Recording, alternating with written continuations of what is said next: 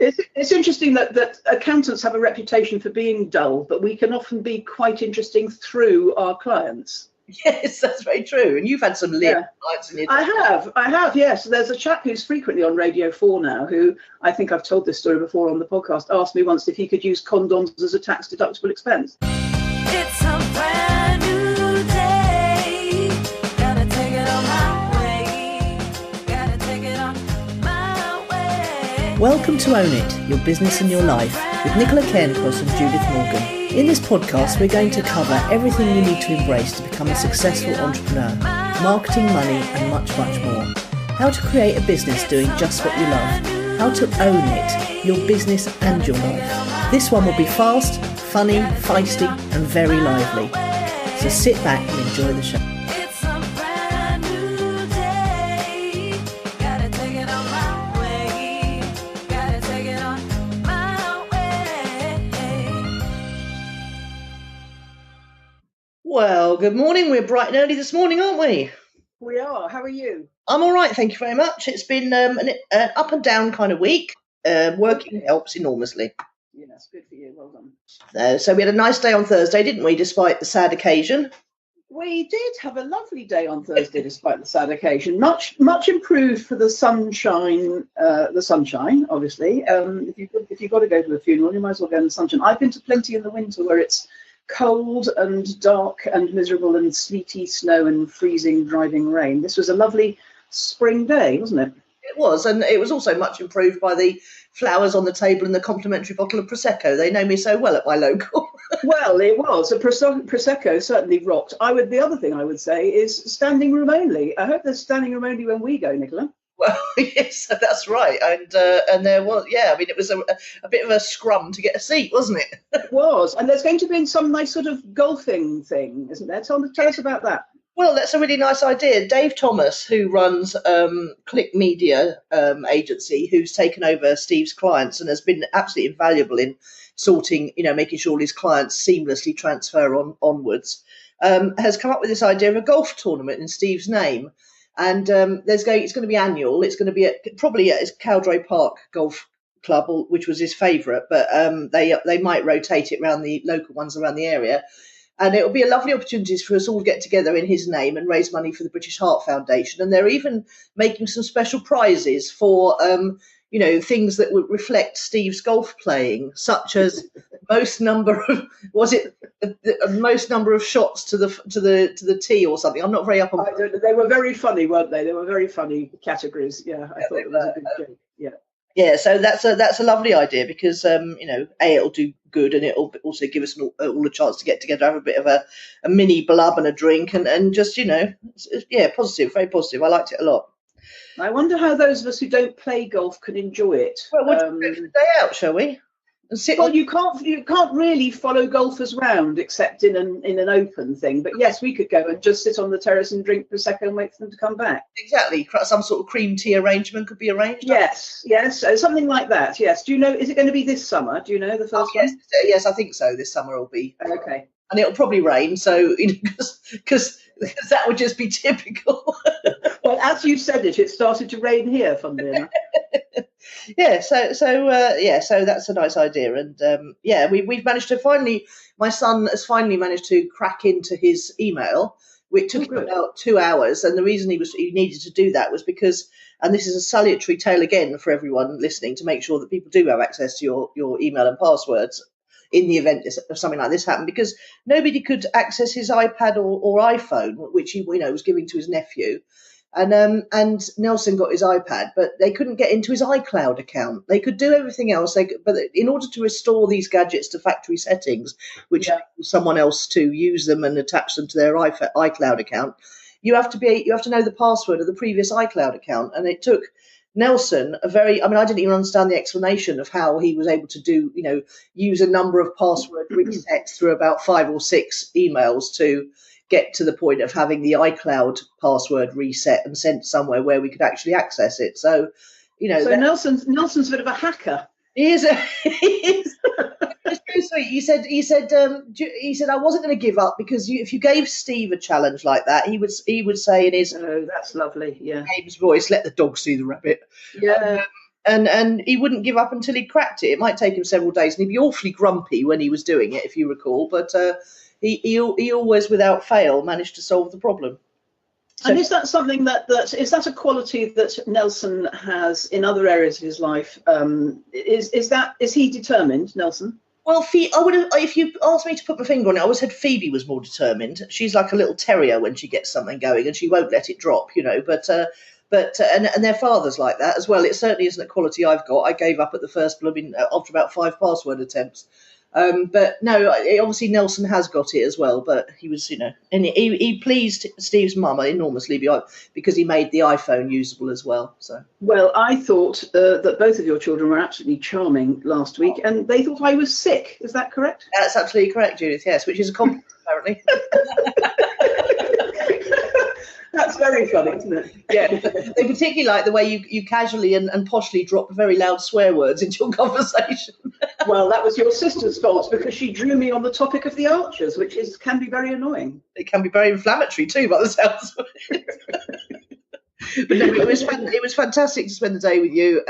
Like you say, the sunshine was very nice, and it was one of my more difficult public speaking gigs. Characterised by the fact I started speaking before I even got to the lectern. I was actually, I've only briefed I think one person about how the day went, which was Marion, and I said you did manage to start your speech before you'd only got 1 foot on the podium and 1 foot off. And the children had got into position by my side, which was rather nice. They looked rather like a couple of bodyguards out of The Matrix because they were clad entirely in black, and I don't think Phoebe took her sunglasses off. I must say that I've been to a lot of your public speaking gigs, Nicola, and it was both your worst and your best in one. For lots of different reasons. Yes. Well, I have blubbed in public, and you were the suppliers of tissue on that occasion, I recall.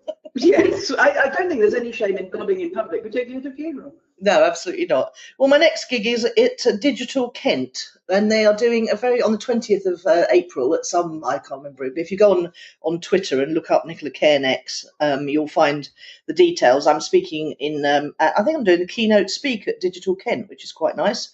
20th of April, so look it up and then come along and see me if you can. I promise not to cry. Yeah, well, you can't do that. I have a strange affection for Kent. I lived there quite often as a child, and it's the nearest escape from London in many respects, or from southeast London anyway. So there you go. Do you know where you are, where you're going to be in Kent? Not off the top of my head. I should have looked it up. No. But it's all over Twitter. So if you put in Digital Kent, Nicola Cairncross, at Nicola Cairncross, you'll find it. Okay. How's your week been then? I'm over my ranting. Do you remember last week I'd got this awful meltdown? I'm over that now. And as I put in the group this week, I've discovered that my HMRC rant isn't quite as bad as I thought, thanks to your sister's boyfriend, Richard the accountant. I must say, he and I had a gorgeous, I don't meet many accountants anymore, we had a gorgeous talk on the way into the pub from the car park about what it's like to be an accountant in private practice. And I knew his pain and his joy, because he's left a big firm, started his own, then joined a bigger one, then gone back to his being on his own. I know that feeling very well. But I said to him on the way back to the car park, am I right, Richard, that us landlords are losing the entitlement to deduct our mortgage interest costs from our income? And he said, only at your higher rate. And I've just done a calculation for a client this morning. It does mean an additional £5,600 in tax for her. So depending on how much other income you've got and how many properties you've got, it may not be as bad as I inferred last week. Oh, well, that's good news, isn't it? No, he's lovely. He's got an extremely dry sense of humour and we all enjoy that enormously. So we had. I thought he was an extremely nice man, and appearances are deceptive, because at the beginning he was in a pinstripe suit and he looked just like an accountant. And I thought, oh dear. But actually, as soon as you chat to him and have lunch with him, he was a very kind man, very funny man. I liked him. Yeah, no, he specialises in. He did the auditing for Gay Pride. He does. One of his clients is a world-class poker player who also, I think he owns the Amex Stadium. And he also is the accountant to the wild man of rock, now Miss D. Palmer. So he has got an assortment of interesting clients for whom he does, sterling work. And And Heather did actually tell him when he came out of the bedroom in that suit that he did look like one of the Undertakers. She didn't hold back on the insults. They came. Go on. It's interesting that accountants have a reputation for being dull, but we can often be quite interesting through our clients. Yes, that's very true. And you've had some lit nights in your day. I have, yes. There's a chap who's frequently on Radio 4 now, who, I think I've told this story before on the podcast, asked me once if he could use condoms as a tax-deductible expense. Really? I don't remember that one at all. Well, to be fair to him, he was filling them with water and juggling with them in Covent Garden, so he wasn't using them for the purpose that they were originally intended. But it's a good story. It's a prop, no more. Whenever I hear him on the news quiz, I always think back to his condom juggling days. Yeah, condom juggling days. Fantastic. So, anything else about your week then? Yes, the flat's on the market, and we've had 4 viewings. 3 viewings last Saturday and 1 at 1 o'clock today. So that's why I've got you to bring the podcast forward a bit, because I've got to go and have a shower and make the place look respectful. Cool. All right. Well, I'm glad to oblige.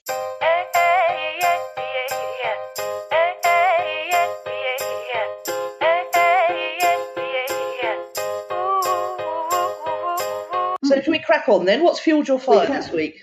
Well, I've been telling you for a few weeks now that I've had this, surge of clients because of my self-imposed deadline of, if you're not one by the 1st of April, I'm not sure you're able to be one. And I've got a very full diary this week, including, and this is a fun story, the return of one of my very earliest clients. And we talked last week about how much we loved the domain name game. Well, here's another game I love. Here's another game I love nearly as much. He sent me an email that said, "I'm at an exciting turning point, and I'd love to bounce some ideas around with you." Oh, grist to the mill. I've got that treat this afternoon. Oh, lovely, lovely, lovely, lovely. So what's fueled my fire is blog post ads and video ads in Facebook. Well, I've been experimenting with both, and video ads are very, very, very, very, very effective for building an audience, which you can then market to, show your ads to the people who've watched your video, who've not only seen your videos, but who've clicked to watch your video. And you can actually build an audience out of people who watch your videos through 50%, 100%.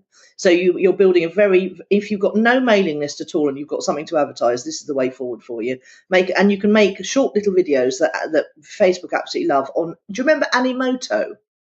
We all mucked about with making little videos on Animoto, and I believe that we all made sort of mind movies kind of videos on it, aspirational videos with our favourite places and gorgeous music. But you can make little video ads on Animoto, upload them to your ad manager, show them to an audience of people who you think will be receptive to your product or service message, and then create an audience to show your report opt-in or your ebook to, who have watched 50% and 100% of your video. So they're highly engaged already. The other thing we're having video views you can get for like a penny, 2 pence. Dirt cheap. The other thing that's working really well is picking one of your most popular blogs. You can tell that from your Google Analytics, and then creating a blog post ad. So it looks like a blog post and it's got a picture and it just, has the first few paragraphs of your blog post with a learn more or read more or view more kind of button. And they are getting clicks at half the normal rate of a normal ad. And then what you do is you obviously have a pixel on your website, Facebook pixel, and you tell Facebook to make an audience out of just the people who visit that blog post. And then you target those people with your report opt-in, your ebook opt-in, your webinar registration opt-in. And again, you're going to halve the cost of your registration / new leads. It's astonishing. I've been hearing about it for a while, and there's even more you can do, but I've only just scratched the surface really. But that is working like gangbusters. So if you're doing your own Facebook ads out there, and if you're not, then you should be, because I have a lovely, gorgeous, very affordable Facebook ads course you can buy. So, well, I like the idea of the blog post ad, of course. Yeah, absolutely. As a blogger yourself, that would work really well. Yeah. So yeah, that's fueled my fire this week, trying out all these new kinds of getting traffic for my clients.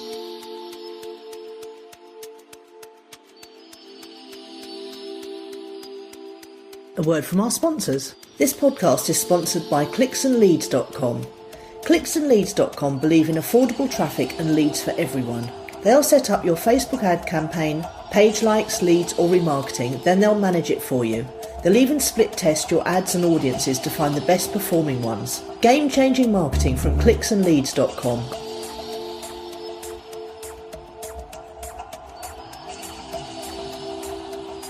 What's our client challenge of the week then?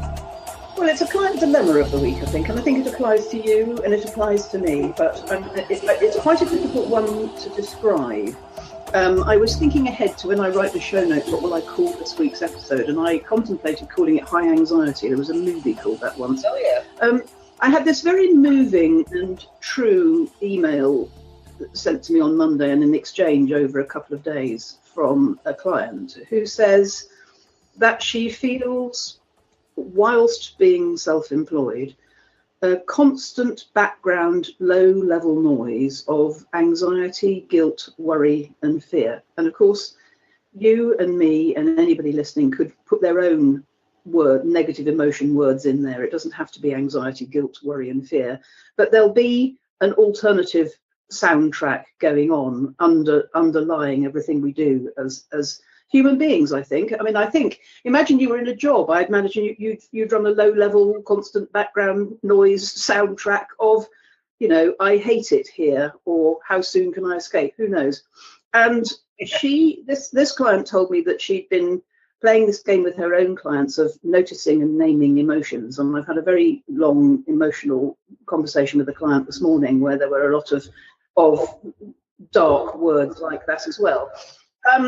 And this speaks to the thing where we all yearn to be constantly happy. All the time. Yeah, all the time, which I think is an unrealistic expectation. I think that the soundtrack of my business career at some level has always been, I wouldn't say guilt. I don't feel any guilt. Worry, fear, anxiety. Yes, probably do feel those. 20%, I say. I'm trying to think of a sort of, if it was you do, sound mixing, don't you, on audios? There's more than one track playing simultaneously, isn't there? Your voice, my voice. I think this is just life. This expectation of constant happiness is bizarre. And further, well, not bizarre actually. I think it's what we would all want, ideally. But I think it's possible to have an awareness of that low-level background soundtrack and be happy anyway. I don't think it's going to go away. I don't think there's anything you can do. Yes, you can lessen it. You can make it quieter. You can turn the volume down, and over a number of years, you'll get used to it. But I don't think it ever goes away. Do you? Well, I do remember as a child, I don't know why I expected to be happy all the time, but I did. And when I wasn't, we used to feel it very keenly. As I've got older, I yearn for peace more than happiness, because I know that happiness comes and goes and you can't, force it. And even if you were happy all the time, it would wear off to the point where you didn't feel as happy anymore. So peace is the thing I yearn for. So I do tend to, I have had obviously lots of moments of high anxiety, especially, around money when you're self-employed. But the way to obviate that is to obviously have a pot of cash, you've got 3 months or 6 months or whatever in the bank. I did have a blissful time at the beginning of the year when I think 5 or 6 clients signed up in the same week. And I remember thinking, I don't have to worry about cash for a little while. And, I actually run a cash flow forecast weekly, as you know, so I know exactly the impact of everything is going to have. So I do remember putting all those figures into that cash flow and thinking, that's taken me through to March at least. But so I think perhaps you could look at all those words and think, and talk about it with your coach, which is obviously what your clients are doing. Yes. Think, how could we lessen the impact of that word and that background hum of noise that's going on? Yeah. I think, well, this lady in particular, like every client we ever had in the money gym, and why that work was fascinating to us both, is that she grew up with a particular set of financial circumstances, and whenever she dips into scarcity herself, it brings that all up again. And she has led a very interesting and adventurous life. She's got a great life now. I love following my clients on Facebook. I can see she's made a fairly recent marriage 8 years ago, but you know, she's your age or a little bit younger than you, I think. So maybe she's 50 years old. She's got a relatively new husband. It's very happy. She's got a grown-up son in London who's very happy. They have interests which I see them pursuing. They have holidays only in the UK, but they are breaks where they get away together and enjoy each other's company.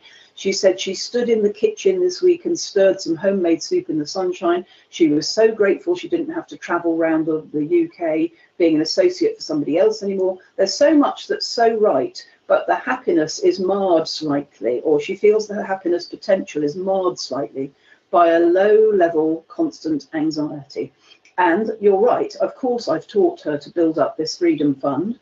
And when money is scarce, she's inclined to dip into it, aren't we all? Which is sort of what it's there for. She's got an overdraft and she uses it just like banks want you to, which is don't run it up to £8,000 and leave it there, but use it flexibly. Yeah. You know, so much is right, and she acknowledges that, and she's grateful for that, and she's happy about that, and she's come on in leaps and bounds in since we've been working together. It's so much better. But her happiness and her sleep is marred by this other reality. And I think, I've been thinking about it, I think that's a constant. And I think you can choose happiness anyway. And a resource that I recommended to her was a book written by Michael Neal called The Inside Out Revolution, I think it's called. Anyway, Inside Out. And it's based on the 3 principles of Sydney Banks. And they are mind, consciousness and thought, I think they are. And you know, because I've written quite a lot about this, in any moment when you notice yourself feeling an unhelpful emotion, you can change your mind, have another thought, pick another thought, which creates a better feeling. Now, that doesn't work in the situation you find yourself in the moment of grief, because grief is all pervading. But low-level anxiety, guilt, worry and fear, they're a choice. I think it's important to feel. I'm sorry, just they're and I realise what they're programming. They're programming which we need to stop buying into. Okay, so the this comes back to the thing about your thoughts cause your emotions and feelings, and what you feel determines how you act. And it's important, and I'm really working on this with the grief thing, because it comes upon me at very strange moments. I had to get out of the gym quick yesterday because they were playing the wrong tune on the radio. Yeah. Thing. Yeah. But I'm trying to practice not denying it and feeling it and letting it wash through me and then pass through. Have you ever heard the Bene Gesserit prayer? I've put it on Facebook quite a few times. It's from a science fiction novel favourite of mine called Dune, Dune, by Frank Herbert. And there were a tribe of warrior witches stroke queens, and they have what they call a litany against fear. And I try and think of it now whenever I feel strong emotion, because they talk about letting fear pass through you and over you, and when fear has gone, only you remain. And I think that's a really nice thing to remember, because of course if you compartmentalise and don't feel things, whether it's anxiety or whatever, then it comes out in other ways, generally physical, doesn't it? Yes, I don't think it's a good idea not to deny your feelings. I totally agree with you there. But I think the other side of that coin is that people think people feel or think, I'm not quite sure which it is, that they're a hostage to their emotions, i.e. they don't have a choice about it. So this morning, that's how I used to when I was younger. Yeah, a very nice woman I respect a lot turned up on my early call this morning, and I've got notes here. I'm frightened, I'm impatient, I feel aggressive and resentful, I can't switch off, I'm in overwhelm, I'm wobbly, blah, blah, blah. And when you go into all of it, I tried to persuade her of something that I've been taught, which is you don't have to react, you can respond. So something, you wake up and you feel X. You've got a choice about that. Shall I let that ruin my day, or shall I tune into something else, tune into another vibe, think another thought, deliberately choose a better way to feel? We could do this with the weather. I'm looking out the window now, it's raining. Can we go into that? Or should we remember the lovely sunshine we had last Thursday afternoon? Do you know what I mean? it's all a choice, I think. And maybe women, we have this debate a lot. You often say to me, do you think it's a woman thing? I don't think it's a woman, might be. Yes, compared to my brother, I am much more swayed by my emotions, but then he's quite an old-fashioned kind of a bloke. I think it's always there, this low level. It could be reverse. It could be that your reality is this big version of anxiety, guilt, fear, and worry, and your happiness is the low level background. But the point is, all of this is within our power to do something about. And sometimes, well, we've made it our life's work, personal development, certainly in the last 20 years or so. But sometimes we think it's a hard job. So, oh God, I'm going to have to work really hard at this. I've got to pay attention to this. I've got to turn down the volume. I've got to read more books. It's going to take me ages to crack this. Well, or you could just decide in the next 20 minutes you won't run that soundtrack today. And just changing your thought, and generally to one that's grateful. Your client's right on the right track with the grateful thoughts. That really does help enormously. Do you remember I shared a webinar with James Franco and a guy called Seth Ellsworth on Facebook, and I actually met Seth and heard him speak live at a Superfast Business live in Australia, and he took this a layer deeper. So, what you think determines how you feel determines how you act determines your outcome. But he takes it one level deeper, which is decide who you are. Your identity of yourself is what determines your thoughts. So I can be a drama queen, swayed by my emotions. My emotions rule me, not the other way around. Choose identity, and you can change that identity in a second. I am a person who, and then fill in the blanks, and that immediately changes how. Because if you decide you're a brave, fearless warrior princess, you're not going to get upset about quite so many things. I like that. Brave, fearless warrior princess. I think I am a brave, fearless warrior princess. Actually. Brave, fearless warrior princess. I'm writing it down because it's so nice. I'm imagining us both in Wonder Woman outfits now, but more steampunk. I like the idea that in difficult moments like my court case or our situation last week, that we are brave, fearless warrior princesses. But I wouldn't want to have to be that every day, Nicola, because it sounds quite exhausting. It does, yes. But you could have 2 or 3 identities, couldn't you? You don't need to be, you could have, and they're like coats that you put on and take off. You remember the old thing about wear the coat till it fits? It's like we could have capes that we swing on and off depending on which role we're going into. But it's got to be deeper than that. It can't just be a role you're playing, although that would help to get you into the mood.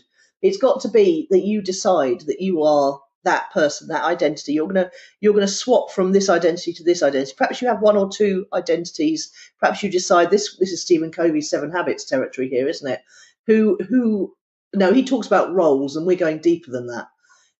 You could have 2 or 3 identities. I don't think you'd want any more, otherwise you'd be a bit schizophrenic. Yes. But no, I mean, we've always called it things like plucky and brave and whatever. But yeah, I think deciding who you are definitely would.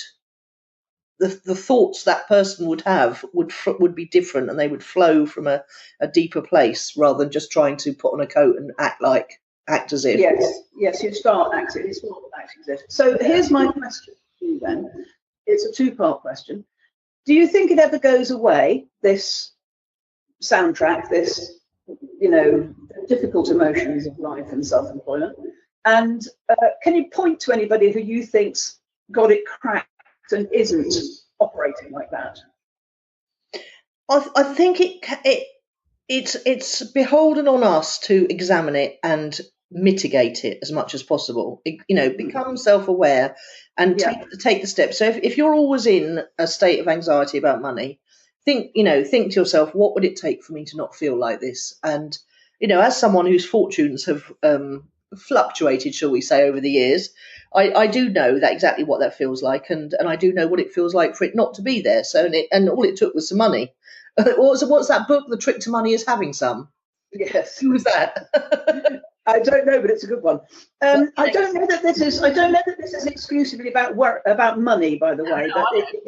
It's an example, yeah. So okay, examine it, feel it, name it, mitigate it, and then what was the second part of your question again? Can you point to anybody who's a good role model who doesn't look as though, well, either they don't feel like this and they think, they don't feel like this, or somebody who is perfectly human and feels like this but cracks on anyway? Well, I can certainly think of people that I know. It's actually the people who come across as most grounded are those people, because they've got themselves sorted out. I mean, I hate to mention the Gary V word, but I'm going to. He said a great quote on his video yesterday, which was something along the lines of, "I love to make people happy. How am I able to do that? Because I'm happy." Yeah. That was really nice. And, whenever you meet grounded people, like, she'll be thrilled we're going to mention her name, Irene. I and some very wealthy people I know come across as calm and grounded and not like they're going to be flapped by any stray breeze, or like the coat analogy is lingering here. They're not going to be blown about by temporary changes in fortune. And I think that grounded feeling, when you meet someone like that, and someone else, Daniel Priestley's got it actually. He always comes across as very grounded to me. People who are sure of who they are and what they're doing and the path that they're taking are grounded. And when they've got reserves I remember Daniel once said to me when I interviewed him on the Business Success Factory podcast, one of his mentors once got him to name a sum of money that was deeply uncomfortable to carry around in cash. And he's carried that amount of money around in cash somewhere about his person ever since, because it makes him know that he's got a reserve that can deal with any eventuality. So, for example, if he had to fly to New York or stay in a hotel for a week, say the ash cloud came down, he'd have the cash to be able to do it. And I just remember thinking, oh, that's really cool, because that would make you feel very resourceful. And funnily enough, to me, it tells something slightly different, which is that the mentor wanted him to get comfortable with discomfort. Yes. Which, of course, is a good thing. And that's actually what I'm saying here. Get comfortable with this, because it doesn't go away. Now, one more thing that she said to me, which is quite interesting, is that she and I have been working on, of course, as what I work with all of my clients, making your whole scenario, of which your self-employment is a big part, increasingly comfortable. So you remember that a while back we talked about the fact that we were discouraging trainers from driving the length and breadth of the UK and doing more webinar-based stuff from home, which she's doing. And she gave up working as associate with another company because she hated it. A bit like, when you're ready to give up the day job, when I was ready to give up the accounting that I was doing 2 days a week that was supporting the coaching, she did that. And immediately after you do that, there's a drop in income because you had 2 incomes and now you've only got 1. But the guilt is connected to the work ethic, which is I used to work much harder for my money. Now I'm feeling slightly guilty that on a sunny Tuesday afternoon I can stand in the kitchen and stir my homemade soup, because there's this thing, and I wrote a newsletter about it recently, this thing about hard work being more valuable than pleasant, sunshiny home-based work, which is what we've been deliberately creating.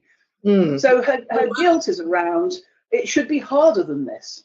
Yeah, and it's funny because that's all, again, the fisherman and the businessman, isn't it? We're all working, not working so hard, and then when we get to the place where we don't have to work so hard, we feel guilty about it. Well, and that makes sense actually, because if all you'd ever known up until your 50th birthday was the other way, the new way is very new.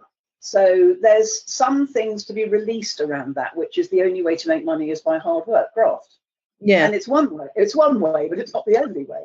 Yeah, I've definitely got that. I certainly, every time I feel an easing off of graft, I want to add a new project on.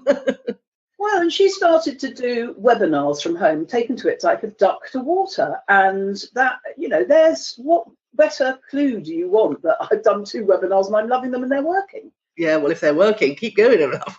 I know. But it seems too easy because she doesn't have to leave home and travel on public transport around the country and come home knackered at midnight.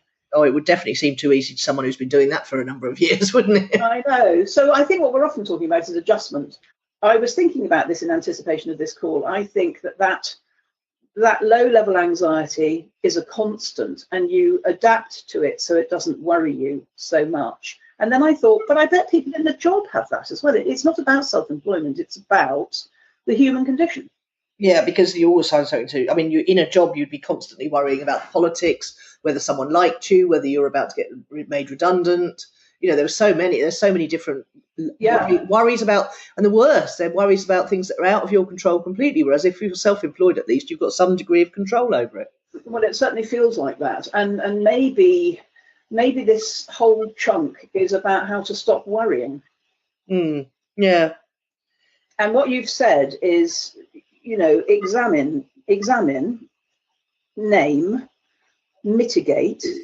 And it seems to be something in grounding. And of course, the woman this morning, we had to do 3 deep breaths. And of course, everything seems much easier if you're not on the edge of stress all the time. So I think the last thing of that is let go. One of your phrases, let it go. Yeah. Let's all play the video of Frozen. Go on. Any gratuitous excuse to sing that song. I've still never seen the video, but I do know the song, obviously. Oh no, go and watch it on YouTube. It's so beautiful. One of the most beautiful Disney movies yet, I think. Oh, cool. If it was Disney, I've got no idea. It was, I think it was, yeah. Yeah, good. We like a nice Disney tune.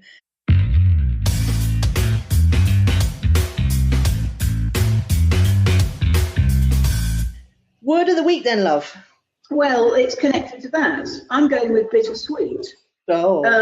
Partly because last Thursday was bittersweet. There was jokes and laughter and tears, but also that's the feeling that my client was describing, which is, the sweetness is I've got so much to be grateful and happy about, and I'm achieving my goals and dreams.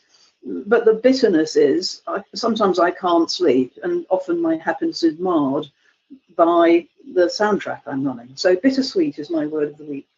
And it, even talking about happiness, even when you get grown up, when you're a kid, you expect happiness to last forever.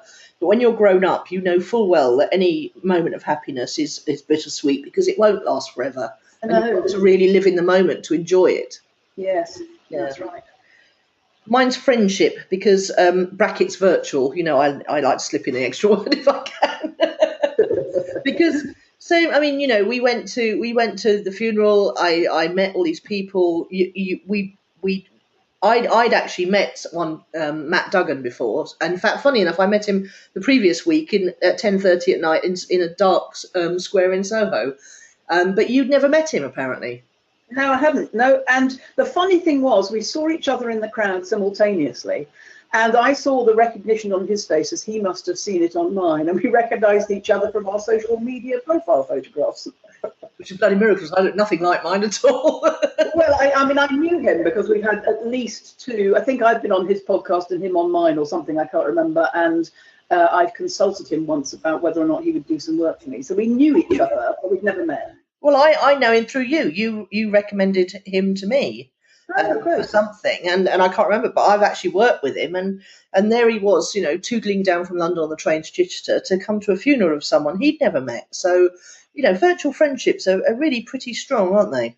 I think they are pretty strong, and what a fine man he is for doing that. Yeah, absolutely. It was lovely to see him again. Twice in 1 week, where I hadn't, ever really met him in person. I don't know if I had ever met him in person before that night in Soho. How interesting. Yeah. But I didn't recognise you in the daylight. Yes, I do love virtual friendships, actually, because, everybody I know now encounters a friend. That's how I met them online. And what I love about that is that 10 years ago or 20 years ago, that would have made you just a plain weirdo. Yeah, absolutely. Oh, Facebook? I don't do Facebook. Well, you're missing out then, aren't you?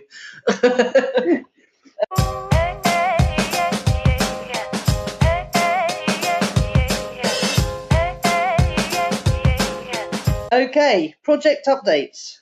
You go first. Well, I've got one main thing, as you know. I'm thinking about and edging slowly towards an offshoot of that one main thing. And then there is another offer on the table which came when I went to Australia, and I'm seriously considering that, but trying, I'm not sure. But there is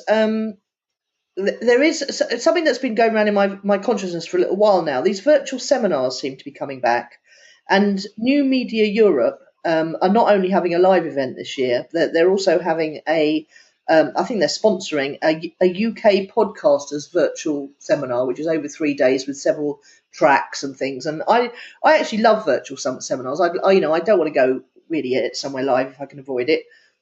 They're really, really helpful. There's actually one of our listeners, is it Wendy Keir, who does virtual seminars for people, and she's Yes. very good at them too, very good at organising them. So if you're looking for someone to put a virtual seminar together, I was thinking we ought to have an Own It, not this year perhaps, but if we're still doing this in a while, we ought to think about an Own It. Oh, Nicola, let's do it this year. I love this idea. Let's do it this year. I've never done one. I'd love to do one.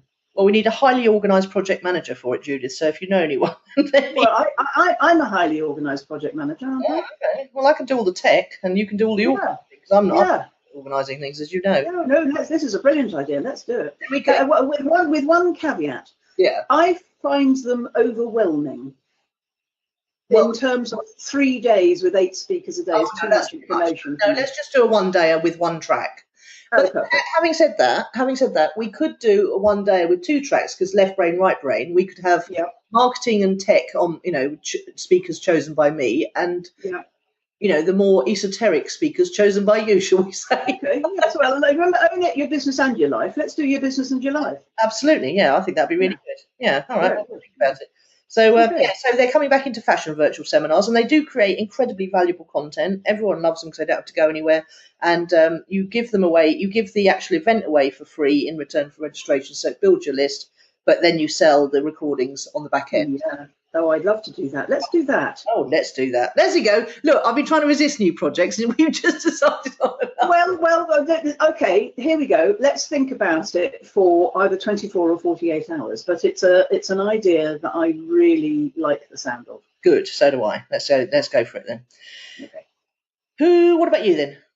Well, I've been working on one of my projects, the prototype of the project with the lady that focuses on getting mums to start their own business. And she has a sort of 6-week fast start thing. And because of the Easter holidays and some other reason, the 6 weeks has taken 8. And we're coming up to the end. No, we've done the 6, and we've got a bonus call this Sunday, which is about mindset. But what's remarkable this week is that she has a team of two, I was going to say 2 people, but it could be as many as 4 that help these mums launch in that 6 weeks their website and their social media presence and everything. Oh my God, I saw the websites last weekend. So beautiful. Unfortunately, I still can't tell you anything about it, but when I can, all the listeners will be able to have a look. And they're all launching beautiful websites. And the conference call on Sunday night, which is when mums seem to think that's a good idea to get together. It's quite difficult for me. I only made it at 8:15 on Sunday night, so I completely forgot. Even though I put this thing in my diary saying, look out, you're on a webinar at 8 o'clock tonight. It's quite a difficult habit to get into. But anyway, I got there and it was great. And she was in the back end of everybody's WordPress website and with the WooCommerce plugin showing them how to do things with copy and posting pages and carts and checkouts and vouchers and all that kind of thing, a lot of which I knew how to do. So she said I didn't really need to be there. But it enabled me to see in the back end the websites of the people who haven't launched it on the front end yet, if you know what I mean. And I just sat there going, oh my God, that's a beautiful website. And then, oh my God, there's another beautiful website. They've all got these beautiful websites, which is, that's the thing I love to see, which is, let's have a look at the website. That's almost my first thing with everybody. And I'm speaking to, it's amazing how many clients you talk to. There's somebody in my diary this afternoon who I don't know very well. And I've had a look at her website. And I can tell from the email that she sent me that doesn't really reflect where she's at now in her life. And it's quite a fast thing that happens, don't you think, that your website doesn't really work anymore? Oh, absolutely. I mean, I've actually redirected 2 of my websites, Cairncross Media and NicolaCairncross.com, to clicks and leads temporarily, because I just feel that the websites are just so dated looking already. And they were done, Nicola Cairncross was done by Steve only about 2 years ago. Yes. It's looking, old and clunky and not very glamorous anymore. So, yeah. Mine's even older than yours, but yes. Yeah, yours works. It works. That's the thing about yours. And it works. I agree. It's one of the reasons why I don't prioritise changing it, and also because I'm hoping that this fad for these sort of wide, chunky ones will move on before I decide how to update mine, because they're not my favourite way of finding information, I have to say. Well, unfortunately, I doubt it, because they're very mobile responsive. But yours works fine on mobile, so don't worry about it. I know. No, I'm not worried about it. No.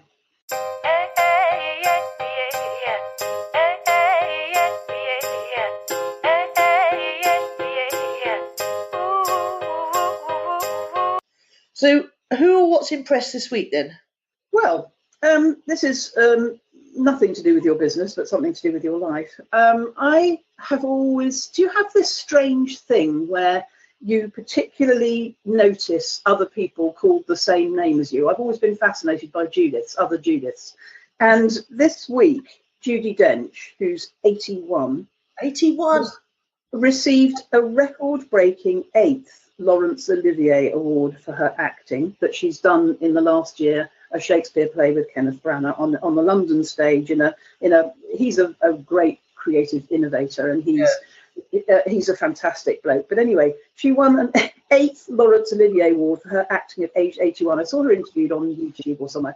She looks perky, and she doesn't look like an old lady at all. She's still doing top-notch, award-winning acting at the age of 81. I find that completely inspirational, and not just because she's called Judith.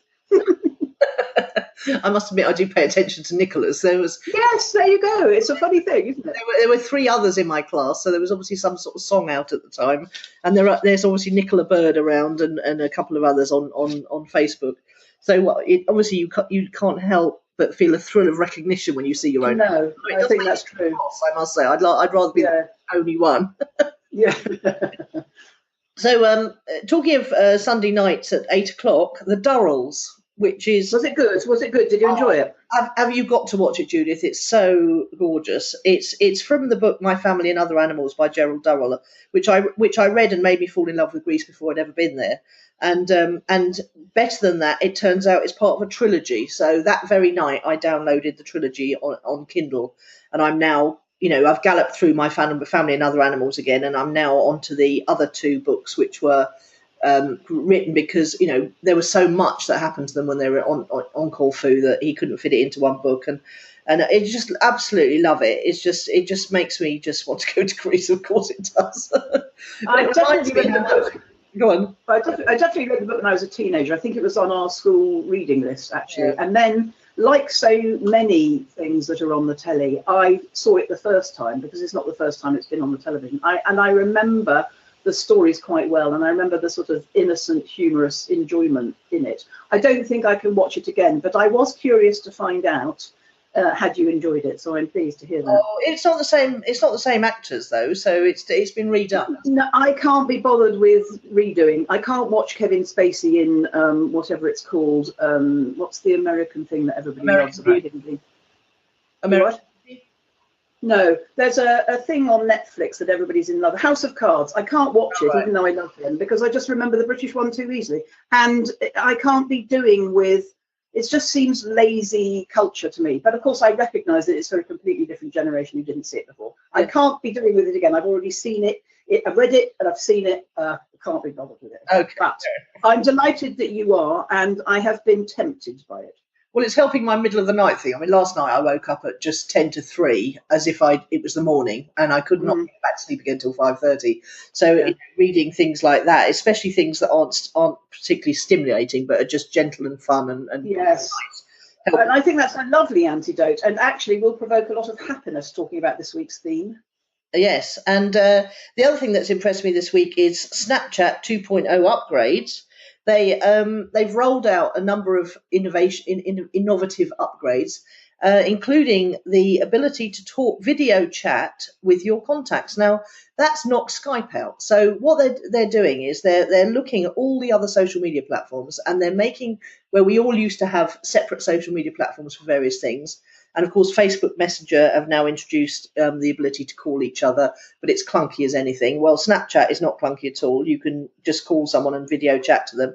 I surprised my daughter with it the other day. I was ahead of her on the curve, that one. But the other thing, of course, is that they have got various filters, which we all enjoyed enormously last Thursday at lunch, didn't we? But the latest one is beards. You can actually put yourself, and if you go to my Facebook profile, Nicola, N Cairncross, Facebook.com/N Cairncross, you'll see me sporting a rather splendid dark beard, which goes very well, I think. And in fact, it makes me look like Jason. You know, my client Jason Jason Hacker, it makes me look just like him. So I'm wondering if we were separated at birth as bearded officers. Well, Sarah, your sister, suggested it made you look like Lawrence Llewellyn-Bowen, which was quite funny as well. I don't think I blow dry my hair that day, so it was looking particularly swept back and interesting, as they say. Well, when you said he looked like Jason, I hovered over his name and had a look at his beard, and actually he hasn't got a pervy beard, but the beard that you are being offered by Snapchat is quite pervy. I don't know what makes it pervy. The fact that it goes, it's a beard and a moustache. Goes up in the middle. Yes, it's sort of, it's one of those terribly trimmed ones. Yeah.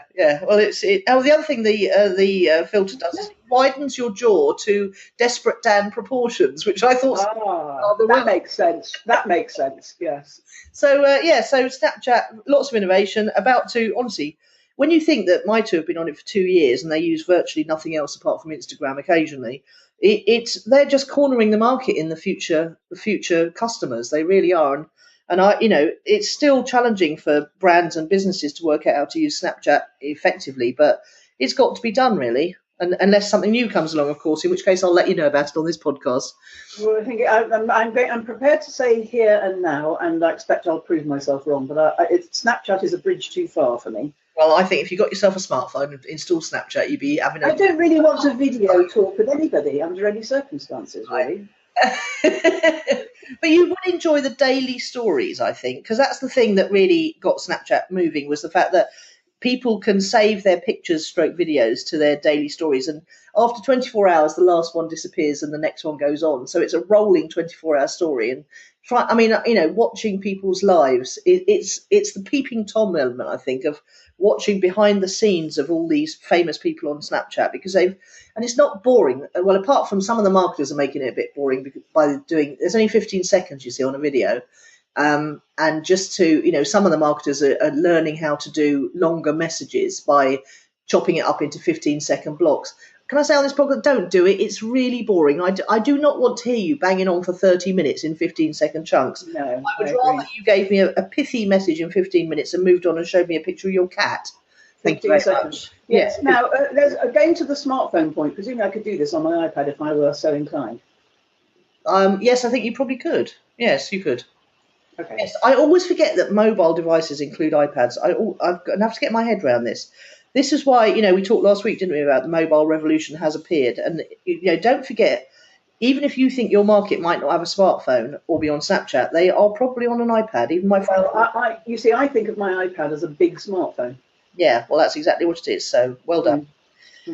Good stuff. Okay, can I just make a usual plea for some reviews, please? If you haven't reviewed us yet, come to the website ownitthepodcast.com, watch the little video and review us on iTunes. I'll be most grateful. It does make a huge difference, and we are climbing the charts very painfully slowly at the moment, but your reviews make a difference. And in the meantime, we'll see you next week. Yes, au revoir, Nicola. Okay, speak soon. Bye. Bye. You've been listening to Nicola Cairncross and Judith Morgan. The podcast is called Own It, Your Business and Your Life. Do come and visit us at ownitthepodcast.com. We'd love to hear your feedback. You can find out more about Judith and visit her on her website at judithmorgan.com, and you can find Nicola at nicolacairncross.com.